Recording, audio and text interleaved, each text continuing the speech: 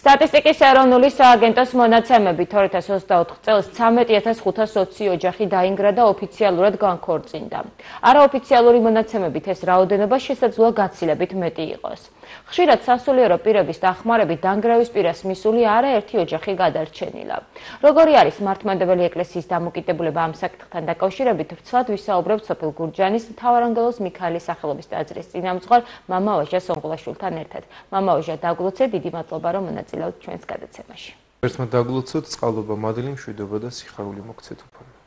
მამა ოჟა, სტატისტიკის ეროვნული სააგენტოს მონაცემებით ჩარშან 21000-ზე მეტი ქორწინება და 13000-ზე მეტი განქორწინება დაფიქსირდა.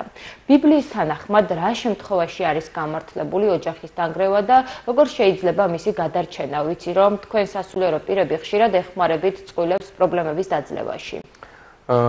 უპირველეს ყოვლისა, ალბათ, სანამ ვიდრე ოჯახის საერთოდ შექმნაზე მივალთ საუბარზე, ან თუნდაც დაშორებაზე, უნდა ვისწავლოთ ჩვენ სიყვარული. რა არის სიყვარული? რა თქმა უნდა, ივანე ღვთისმეტყველი ბრძანებს, სიყვარული თავად ღმერთი არის და ამავდროულად ჩვენ უნდა გვახსოვდეს, რომ ეს სიყვარული და ვნებების ცნება არ უნდა იყოს არეული და უნდა გვახსოვდეს, რომ სიყვარული ეს არის განსაკუთრებით ადამიანს წყვილებს უყვართ ერთმანეთი, უკვე ეს მზაობაა და ეს არის სერიოზული საძირკველი უნდა იყოს სიყვარულის, რომელიც უკვე ერთმანეთს ატვირთინებს, ანუ უნდა იტვირთოს, იმიტომ ქვია მეუღლე, ანუ ერთმანეთის მეუღლეები, უღელის მტვირთველები. და რა თქმა უნდა, აქედან გამომდინარე ჩვენ ძალიან ვცდებით ხოლმე განსაკუთრებულად 21 საუკუნის ადამიანები სიყვარულის ცნება არეული გვაქვს და აქედან გამომდინარე ჩვენ რა თქმა უნდა ამავდროულად გვაქვს ქრისტიანული განათლების არცოდნა, არა გვაქვს საკმარის განათლება, თუ რა არის ოჯახი, რამხელა დიდი ტვირთი, პასუხისგებლობა, რამხელა დიდი მადლი, კურთხევა მოდის ოჯახზე, ოჯახის შექმნის დროს რა უნდა გაითვალისწინოს, რომ ადამიანმა საკუთარი პირადი მე უნდა დატოვოს, აქედან გამომდინარე, რა თქმა უნდა, ოჯახი მეტად მნიშვნელოვანია და შესაბამისად თუ რაიმე პრობლემაა და ძალიან დიდი პრობლემაა, მართლაც საგანგაშოს სტატისტიკა ერთია, მაგრამ მეორე ვფიქრობ, რომ გაცილებით მეტი რაოდენობა შეიძლება იყოს დანგრეული ოჯახები. და აქედან გამომდინარე ჩვენ უნდა მივაქციოთ ყურადღება ჩვენს გადადგმულ ნაბის, ვიტვირთოთ და ღმერთით უნდა ვიცხოვროთ ერთმანეთთან ურთიერთობაში. დიახ.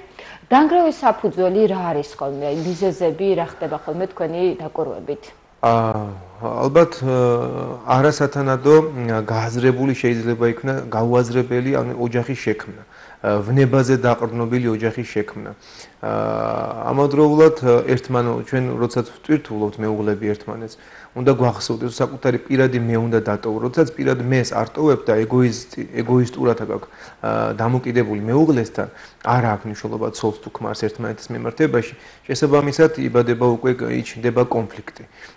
და სიყვარული, არასათანადო სიყვარული უკვე გამოიხატება რაში, რომ კონფლიქტს ვერ ანელებს. ანუ როდესაც გულწრფელი სიყვარულია მეუღლეებს შორის, რა კონფლიქტიც გინდა იყოს და რა უთანხმოებაც გინდა იყოს, მაინც აუცილებლად ანელებს იმ კონფლიქტს, იმიტომ რომ მათ უყვართ ერთმანეთი და ყოველი დღე ცდილობენ მოსიყვარულე ცოლ-ქმარი, რომ ყოველი დღე დაიწყონ ახალი ფურცლიდან, სუფთა ფურცლიდან. და რა თქმა უნდა, ძალიან ბევრი რამ შეიძლება ჩამოთვალოთ.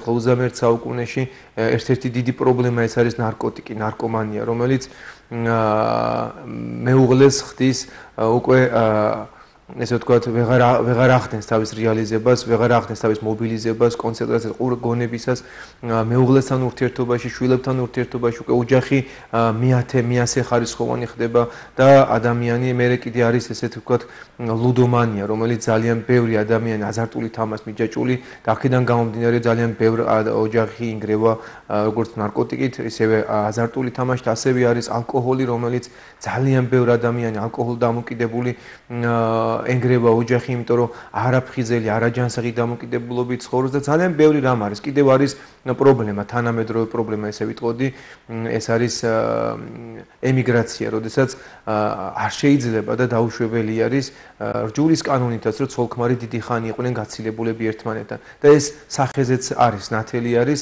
ძალიან ბევრი პრობლემით მოსულა, რა თქმა უნდა, გაჭირებულის გამო მიდიან ადამიანები საზღვარგარეთ რომ ოჯახს შეეწიონ და შემდეგ უკვე 1 წელი, 2 წელი, 3 წელი და მრავალი წელი ხდება ოჯახს გაცილება და შემდეგ ხდება გულის გაგრილება და შემდეგ ხდება ერთმანეთის ღალატი და ძალიან ბევრი შემთხვევაა სამწუხაროდ რომ აი ამის გამოც თანამედროვე პრობლემაა ესეთი რომ ოჯახები ინგრევა და ცოლ-ქმარი შორდებიან. დიახ, აი როგორც ვიცით ბიბლიის თანახმად მხოლოდ ღალატის შემთხვევაში არის გამართლებული ოჯახის დანგრევა. თქვენ აძლევთ ხოლმე კურთხევას, რომ აი შესაძლებელია დაშორდნენ. კურთხევას როგორ ჯულის კანონით ანუ ეს ღალატის შემთხვევაში, როდესაც ღალატობს ამ შემთხვევაში რა თქმა უნდა არის ისეთი მომენტი, როცა თვითონ უკვე არ ღვევს ოჯახს, ოჯახის სიწმინდე ირღვევა და აქედან გამომდინარე ხდება ხშირ შემთხვევაში შეიძლება ოჯახის დანგრევა, მაგრამ მე მხოლოდ ეს არ არის, ეს არ დომინირებს ოჯახის დანგრევის, ეს აი რაც ზემოთ ჩამოვთვალეთ, ვფიქრობ რომ ის უფრო არის ძალიან დიდი და ბევრი მიზეზი ოჯახის დანგრევის. დიახ.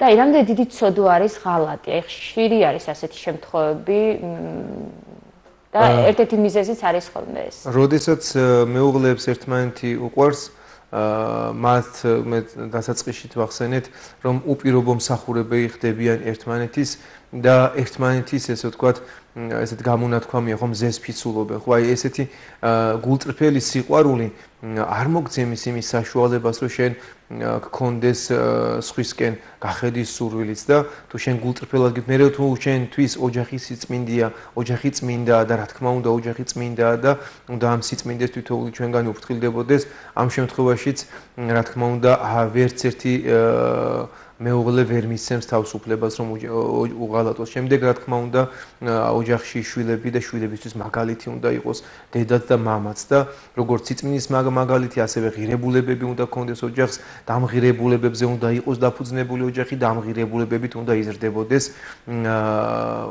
ოჯახში შვილები და ეს ღირებულება უპირველეს ყოვლისა სოლქმრის არის სიყვარული და ეს არის რა თქმა უნდა ერთგულება. დიახ, ხშირად მამავაჟა მომისმენია მშობლებისგან რომ ისეთი ტოქსიკური ოჯახი ქონდათ, ისეთი პრობლემები რომ ხშირად ეს ბავშვებზე ფსიქოლოგიურად ცუდად მოქმედებდა და ამიტომ მიიღეს გადაწყვეტილება რომ დაშორებულიყვნენ. არის ეს გამომართლებელი? თუ მაინც უნდა იცოდონ რომ შეინარჩუნონ. ამით ვერ გამომართლდებით, იმიტომ რომ ჩვენ ვიცით რომ უფალი რასაც შეერთებს, კაცი ნუ განაშორებს, ხო? და უნდა გვახსოვდეს რომ მშობლები არ უნდა ვერეოდეთ შვილების თუნდაც ესე ვთქვათ ზედმეტად არ უნდა ვერეოდეთ შვილების ოჯახში და მაქსიმალურად უნდა დისტანცირებულები ვიყოთ ცოლ-ქმარი შეიძლება კონფლიქტი იყოს მაგრამ აუცილებლად ხვალდაზე გის გაგრილდება და აუცილებლად ისევ ერთიანად მთავარია არ ჩაერიო უხეშად და ვინმეს მხარი არ დაიკავო და რა თქმა უნდა ოჯახში შეიძლება იყოს კონფლიქტიც და მე დასაწყისშიც ვთქვით რომ ჩვენ უნდა გვახსოვდეს რომ პირად მეს ანუ ეგოს ტოვებს წესით აი როდესაც კონფლიქტი საიდან მოდის შენი ეგოდან ანუ შენ გინდა შენი ეგოისტური მიდგომიდან შენი პრინციპები ატარო ეგრეთ წოდებული შენი მეთი ცხოვრო და მხოლოდ შენს მეს ემსახურო სინამდვილეში ოჯახს ქმნით ჩვენ შემდეგი რამით რომ მე საკუთარ მეს ვტოვებ და შენ ხდები ჩემთვის მე და შენ ამ დროს საკუთარ მეს ეგოიზმს ტოვებ და მე ვხდები ანუ მეუღლესთვის უპირველეს ყოვლისა ანუ თანამსახურება ერთმანეთის უანგარომსახურება აი ესეთ შემთხვევაში რა თქმა უნდა ვერც ერთ კონფლიქტი ვერ გახდება მიზეზი ოჯახის რღვევის. კიდევ ასახელებენ ხოლმე სოციალურ პრობლემებს ამბობენ ხოლმე რომ აი გაჭირვება არის ერთ-ერთი მიზეზი არაერთი გამოკითხვა ჩაგვიტარებია თქვენც თუ შეხვედრე ხართ ასეთ მიზეზს გაჭირვება ვფიქრობ რომ ოჯახს არ უნდა აშორებდეს პირიქით ოჯახს უნდა კრავდეს მე მინახავს გაჭირვებული ოჯახი ესე ვთქვათ როდესაც რაიმე უჭირს და ამ დროს ერთნი არიან და სიყვარული დიდი აქვთ ძალიან დიდ აი მოდი ესე ვთქვათ თუნდაც სიძუღჭირეში მცხოვრება და ოჯახში რო შევსულ ვარ იმხელა სიხარული და სიყვარული მიგრძნია იმხელა უფრო მეცაც გეტყვით აი იუმორიც კი ყოფილა ჯანსაღი იმ ოჯახში და ძალიან უბრალოები ყოფილან გაცილებით უკეთესი ოჯახი მინახავს როდესაც ესეთ არ ვამბობ რა თქმა უნდა გაჭირვებაში უნდა იყოს ადამიანი მაგრამ გაჭირვება პირიქით მეუღლეებს ერთმანეთს უფრო ახლოვებს უფრო მეტად ხდის ერთმანეთის გვერდში მდგომებს, რა თქმა უნდა, როცა სწორი ოჯახის შექმნა და სწორი დამოკიდებულება და რა თქმა უნდა, თუ სიყვარული არის, მე ვფიქრობ, რომ უფრო მეტად დაგაახლობს და ვერ გაგახდება გაჭირვება მიზეზი, როდესაც ოჯახი დაშორდეს და დაინგრეს. თუმცა არის ესეთი შემთხვევებიც და მე ვფიქრობ, რომ იქ სათანადო სიყვარული არ არის. ისევ მივედით იქ იმ პრობლემას, სადაც არ არის გულწრფელი და სათანადო სიყვარული, იმიტომ რომ შეუძლებელია რაიმე განსასწელმა, რაიმე გაჭირვებამ, რაიმე ავადობამ გამოიწვიოს ჩვენი ოჯახების რღვევა, თუ ჩვენ ერთმანეთი გვიყვარს. და ბოლოს რას ურჩევთ ოჯახებს, რომელთაც აქვთ პრობლემები, არიან დანგრევის პირას, როგორ დააიმედებთ მათ? ჩვენ ვიცით, ოჯახი მცირე ეკლესია და აი იმ დიდ ეკლესიის წევრები უნდა გავხდეთ, რომელიც დიდი ოჯახია, ეს არის ჩვენი დედა ეკლესია და ჩვენ უნდა გვახსოვდეს, რომ დედა ეკლესია ეს არის ჩვენი საქართველო და ჩვენ თუ გვინდა რომ გავძლიერდეთ, ჩვენ თუ გვინდა რომ სიმტკიცე შევინარჩუნოთ, რა თქმა უნდა, ნაკულოვანება ყველას გვაქვს, ცოლსაც და ქმარსაც და ეს შესაძლებელია აღმოიფხვრას ეკლესიაში, ეკლესიაში არის სულწმის მადლი და სულწმის მადლს აქვს საოცარი თვისება. ეს არის უძლურთა მკურნალი და ნაკულოვანთა აღმავსებელი. ასე რომ ჩვენს ნაკულოვანებას და უძლურებებს და ჩვენს ეგოს მიეხედება დედა ეკლესიაში, ეკლესიის მადლით, სულწმის მადლით და აი უნდა ჩვენ გავხდეთ ეკლესიის წევრები, თან ახლა მარხვის პერიოდი არის, აღდგომის მარხვის, დიდი მარხვის პერიოდი იწურება და მე ვფიქრობ, რომ აი უნდა გადადგას თვითონმა ჩვენგანმა ნაბიჯი, რომ გახდეს დედა ეკლესიის წევრი და ის სიხარული, რომელიც აქამდე მისთვის განა ვინმე დაუმალა, თვითონ აკლდებოდა ამ დიდ სიხარულს, რაც სიხარულს არის დედა ეკლესიაში, იმ დიდ ოჯახში, ის სიხარულის გზა რო გაიხსნება და იგემებს და იხმიებს ამ სიხარულს, თითოეულ ადამიანი მიხვდება, რომ თურმე ოჯახშიც გაუვიოლდება ცხოვრება, თურმე სხვანაირად დაიწყებს ყურებას, თურმე სხვა განათლებით მიუდგება მეუღლესთან ურთიერთობა, სხვა მოთმინებით, სხვა მიტევებით და რა თქმა უნდა, მიხვდება, რომ ღმერთი გააძლიერებს მის ოჯახს. დიახ, და ხშირად მომისმენია, როდესაც ოჯახს ქმნით, უფიქრობ იმაზე, რომ შენი მეორე ნახევარი გააბედნიერო და არა შენი თავი, ეს არის ძალიან მნიშვნელოვანი. აუცილებელი არის ჩვენ ოჯახს ქმნით, რომ ერთმანეთი გავაბედნიეროთ და უფრო მეტიც, აი, უნდა ვეცადოთ, რომ მეუღლეებმა ერთმანეთს დღესასწაულები მოუწყოთ.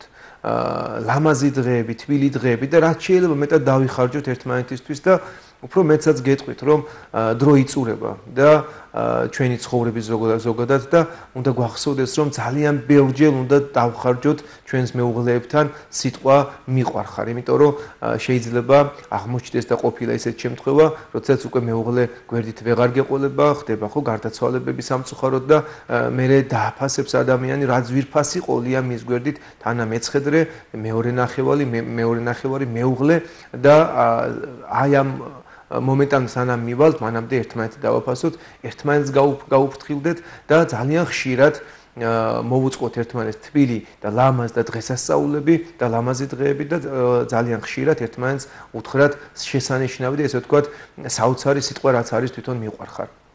დიდი მადლობა მამაოჟე რომ მიიღეთ ჩვენს გადაცემაში მონაწილეობა. მადლობა თქვენ და ღმერთმა დაალოცოს თქვენი ოჯახები, ღმერთმა დაალოცოს სრულიად საქართველო, ჩვენი დიდი ოჯახი და ღმერთმა განამტკიცოს საქართველოში ყოველი ოჯახი და ღმერთმა დაიცვას ოჯახის სიწმინდე.